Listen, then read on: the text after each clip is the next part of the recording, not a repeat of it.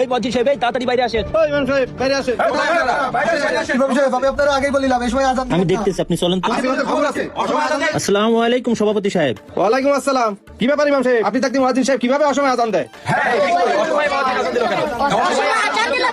সভাপতি সাহেব, মজ্জেম সাহেবের কোনো দোষ নেই, অসময় আজানটা আমি দিছি। কি বলেন ইমাম সাহেব, আপনি আজান দিয়েছেন মানে? এটা কোনো আজান দেওয়ার সময় হলো? আপনি ইমাম সাহেব হয়ে এই অসময়ে কিভাবে আজান দেন? হ্যাঁ ঠিকই তো ইমাম সাহেব, এটা তো আমরা আপনার কাছ থেকে আশা করিনি। আপনি অসময়ে আজান দিয়েছেন, এই কাজটা কি আপনি ঠিক করেছেন? আপনাদেরকে সময় মতো আজান দেওয়ার জন্য, সময় মতো নামাজ পড়ানোর জন্য বেতন দিয়ে মসজিদে রাখা হয়েছে।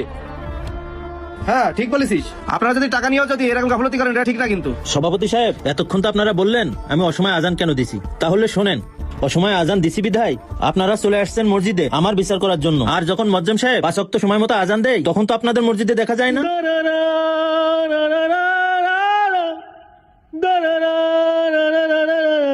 ফজর, জোহর, আসর, মাগরিব, এশা, এই 5 ওয়াক্ত তো আপনাদেরকে দেখা যায় না। বেশি সময় তো আমি আর মজ্জেম সাহেবই মসজিদে জামাতে নামাজ পড়ি। আমি অসময় আজান দিছি বলে আপনারা সবাই মসজিদে চলে আইছেন। আপনাদের মহল্লার একজনেরও তো জামাতে পাওয়া যায় না। এখন আপনি সভাপতি সাহেব আমাদের বিচার করতে আইছেন, আপনারাই তো শুক্রবার ছাড়া পাওয়া যায় না।